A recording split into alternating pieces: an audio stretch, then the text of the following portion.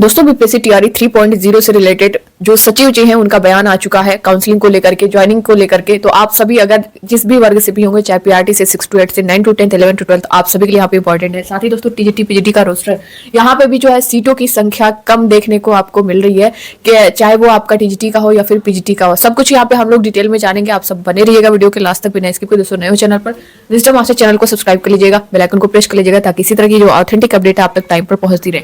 सबसे पहले चीज दोस्तों मैं आपको यहाँ पे बता दूं, जैसा कि जो फर्स्ट और फिफ्थ 6 to 8 का जो रिजल्ट आया हुआ है, उस रिजल्ट के क्या जो काउंसलिंग है उसका काउंसलिंग वाला जो प्रोसेस है वो क्या टीजीटी पीजीटी से पहले हो जाएगा। बहुत सारे अभ्यर्थियों के कमेंट आ रहे हैं हमारा तो रिजल्ट निकल चुका है, तो काउंसलिंग कब होगी। तो दोस्तों देखिए, अभी आपका जो काउंसलिंग जो होगी ना वो सबके साथ में होगी। ऐसा नहीं है कि आपका रिजल्ट आ गया तो आपकी पहले करा दी जाएगी। अब टीजीटी पीजीटी वालों का जो रिजल्ट है ना वो क्लियर हो जाएगा, जैसा कि जो डेट बताई गई है इनकी कि 5 दिसंबर से पहले इनका रिजल्ट आ जाएगा, और इसके रिजल्ट के बाद 12 दिसंबर से जो है आपकी काउंसलिंग की प्रक्रिया जो है स्टार्ट हो जाएगी। यहाँ पे सचिव जी का जो बयान हुआ है उसको भी अभी हम लोग देखेंगे कि उन्होंने ज्वाइनिंग के बारे में आपके और काउंसलिंग को लेकर के क्या कुछ कहा है। सब कुछ यहाँ पे जो उनकी पूरी वीडियो अभी हम लोग यहाँ पे देख लेंगे।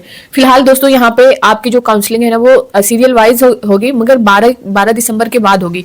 ऐसा नहीं है कि आपका आ गया है 1 to 8 तक का जो रिजल्ट आया उन लोग की पहले करा ली जाएगी, नहीं। टीजीटी पीजीटी का जो रिजल्ट है वो आ जाएगा उसके बाद साथ में, यानी आपके 12 के बाद जो डेट दी जाएगी, मान लीजिए पीआरटी की पहले दी जा सकती है 6 to 8 की, फिर 9 to 10 की, फिर 11 to 12 की। तो इस तरह से आप जो है अपनी काउंसलिंग करवा सकते हैं। ऐसा नहीं है कि अभी 5 से पहले नहीं देखने को मिलेगा जब तक टीजीटी पीजीटी का रिजल्ट नहीं आएगा। रोस्टर की चीजें दोस्तों यहाँ पे आपको मैं बता दूं कि जैसा कि आपने 1 to 5 और 6 to 8 में देखा होगा कि जो फाइनल रोस्टर आया था इसमें सीटों की संख्या कम हुई थी। इसमें भी आप देखेंगे तो 28,026 जो सीटें थी पीआरटी में वो 25,505 हो गई।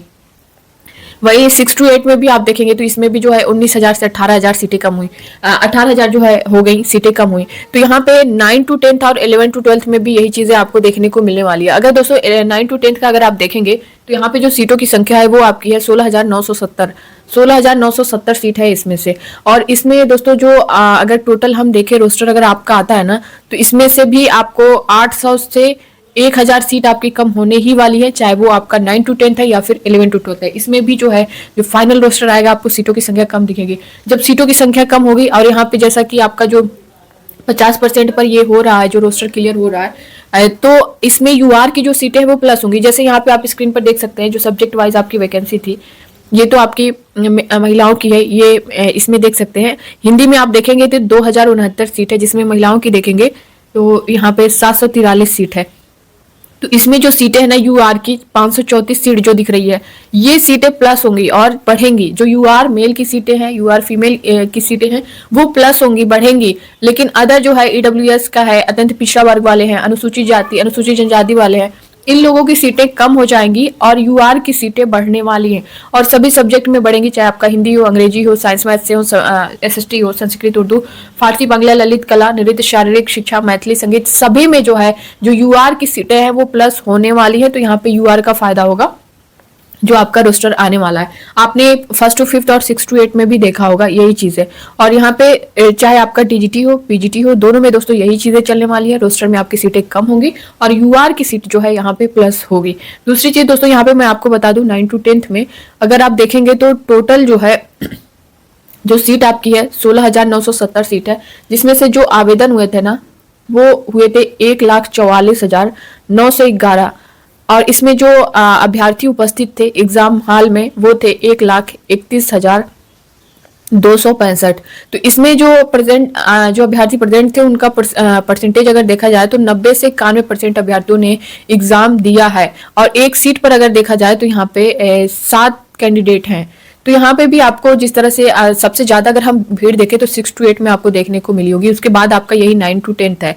उसके बाद आपका पीआरटी में एक सीट पर 4 थे, और अब जो है आपका अगर 11 to 12 देखा जाए तो इस पर एक सीट पर 2 ही लोग हैं। तो सबसे कम भीड़ जो आपको दिख रही है वो जो है पीजीटी में ही है, और 9 to 10 में एक सीट पर 7 लोग हैं। जिसमें से दोस्तों मैं आपको यहाँ पे बता दूं कि लैंग्वेज का जो पेपर है ना ये आपके रिजल्ट को बिल्कुल प्रभावित करेगा, क्योंकि भाग 1 जो आपका 30 नंबर का लैंग्वेज है, और सेकेंड भाग जो है 40 नंबर का आपका जो जीएस है, थर्ड जो है आपका स्पेशल जो सब्जेक्ट है 80 नंबर का।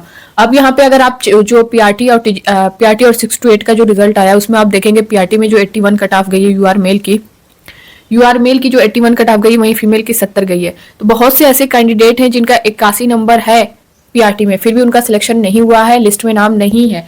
रीजन क्या है कि आपका जो जब ये नंबर देखा जा रहा है, मान लीजिए आपका 9 to 10 का रिजल्ट आता है, 9 to 10 का रिजल्ट आ रहा है, मान लीजिए आपके 82 नंबर बन रहे हैं, 82 नंबर बन रहे हैं, तो अगर आपके 82 बन रहे हैं तो किसी और भी अभ्यर्थी का तो 82 बन रहा होगा। अगर उनका भी बन रहा है तो सेम अगर नंबर है आपका, जो स्पेशल आपका सब्जेक्ट है, पहले उसको देखा जाएगा। उसमें मान लीजिए अगर आप 80 में से आपके मान लीजिए 62 बन रहे हैं, यहाँ पे 80 में आपके मान लीजिए 62 बन रहे हैं, तो दो अभ्यर्थियों का सेम नंबर है, तो फिर यहाँ पे किनको वरीयता दी जाएगी? उनको दी जाएगी जिनका लैंग्वेज, फिर उसका देखा जाएगा। लैंग्वेज में अगर मान लीजिए 30 में से आपके 16 बन रहे हैं, किसी अभ्यर्थी का यहाँ पे 14 बन रहा है, तो जो 16 वाला है उनको वरीयता दी जाएगी, उनका सिलेक्शन यहाँ पे हो जाएगा। लेकिन जिनका कम नंबर है, तो भाषा का जो नंबर है वो कहीं ना कहीं आपको प्रभावित कर ही रहा है। पहले आपका सब्जेक्ट देखा जा रहा है, उसके बाद जो आपका स्पेशल सब्जेक्ट है, उसके बाद जो है लैंग्वेज देखा जा रहा है। लैंग्वेज में भी अगर नेम नंबर जो है सेम दिख रहा है, तो फिर आपका डेट ऑफ बर्थ भी सेम है, तो फिर उसके बाद जो है आपका अल्फाबेटिकली जो है नेम देखा जा रहा है। तो इस तरह से है। बहुत सारे अभ्यर्थियों का जो अगर PRT में 6 to 8 में देखें तो कट ऑफ जितनी गई है उतने नंबर हैं उनके, लेकिन उनका सिलेक्शन लिस्ट में नाम नहीं है। रीजन यही है कि डेट ऑफ बर्थ की वजह से या फिर लैंग्वेज की वजह से ये सारी चीजें देखने को मिल रही हैं। तो ये आपके रिजल्ट को बिल्कुल जो है प्रभावित कर रहा है, लैंग्वेज। तो ये था दोस्तों, इसको लेकर के काफी अभ्यर्थियों के कमेंट भी आ रहे थे। फिलहाल आप जो है अभी पेशेंस रखें कि रोस्टर को लेकर के जो चीजें 1-2 दिन में, आपका 25 को डेट बताई गई थी, तो 1-2 दिन में आपको देखने को मिल जाएगा। और सीटें तो जैसा कि मैंने बता दिया है, सीटें दोनों में आपको कम दिखेंगी। जिस तरह से आपने 1st to 5th में देखा, 6 to 8 में देखा है, अब यही सीटें यहाँ भी इसी तरह देखने को मिलेंगी। और जो कट ऑफ है लगभग जिस तरह से मैंने बताया दोस्तों, उसी के आसपास रहने वाला है। और यहाँ पे जो काउंसलिंग की प्रक्रिया है, जो आपके ज्वाइनिंग की प्रक्रिया है, इसको लेकर के सचिव जी ने क्या कुछ बोला है, आप लोग यहाँ पे उस वीडियो को देख सकते हैं। रिजल्ट आया है, 2 रिजल्ट आया है और कुछ और प्रक्रिया अभी चल रही है। TRE 3 का है, HM हेड टीचर का है। HM हेड टीचर का रिजल्ट आ गया है। काफी संख्या में नियोजित शिक्षकों ने अपनी जो प्रतिभा है उसे साबित किया है। उनकी पोस्टिंग की क्या तैयारी? कोई भी पोस्टिंग हम लोग इस महीने कर देंगे, मतलब दिसंबर में हम लोग कंप्लीट कर देंगे। अच्छा, काउंसलिंग कराएंगे? हाँ, काउंसलिंग करा के दिसंबर में हम लोग सब पोस्टिंग कर देंगे। BPSC में ज्यादा समस्या नहीं रहती है क्योंकि ऑलरेडी काफी स्क्रूटिनी हो चुकी होती है, इसलिए दिसंबर महीने में हम लोग सब कर देंगे। इसी महीने में शेड्यूल जारी कर देंगे आप? हाँ। तो क्या लग रहा है उसकी प्रक्रिया क्या होगी? उसमें भी तो एक टेंशन होगा कि इसकी प्रक्रिया कैसे करेंगे पोस्टिंग हम लोग? ऐसा कोई नहीं है। अपने जिला में जाएंगे?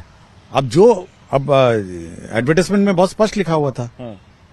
ऑप्शंस आपको देने थे, सब कुछ करना था। लेकिन फिर दूर वाला टेंशन वो तो रहेगा कि फिर आपको नहीं लगता? आपको नहीं लगता। अच्छा। और ये जो पोस्टिंग होगी कुल मिलाकर दिसंबर तक टारगेट है कि पोस्टिंग कर देंगे स्कूल में?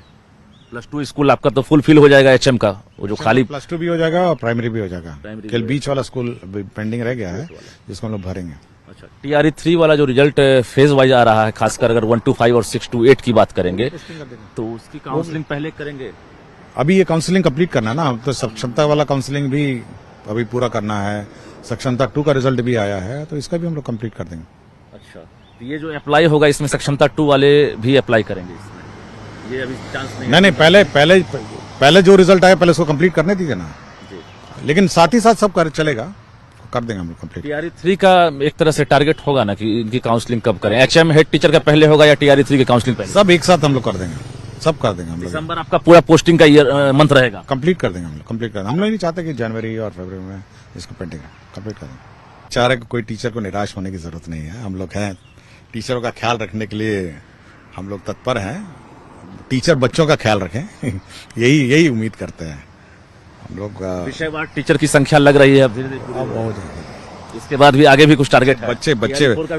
बच्चे पढ़ाएं, बच्चों को पढ़ाएं और बच्चे अच्छी तरह पढ़ें, ये हम लोग उद्देश्य है। हम लोग का रिजल्ट भी आया, सब कुछ तैयारी में है, क्या वो तैयारी करें कि आगे वैकेंसी आ जाए TRE 4 का? पहले ये सब हो जाने दीजिए, उसके बाद जो नेट वैकेंसी होगा उसका निकालेंगे। चलिए, क्या अपील करना चाहेंगे बिहार के शिक्षकों से? बस ठीक भाई, आप टेंशन फ्री रहें और पढ़ाइए, टेंशन फ्री रहिए, टेंशन मत लीजिए। और समय सारिणी भी हम लोगों ने चेंज कर दिया है, विंटर टाइमिंग्स, और उसमें बहुत सोच समझ के काफी जो हम लोग का फीडबैक मिला था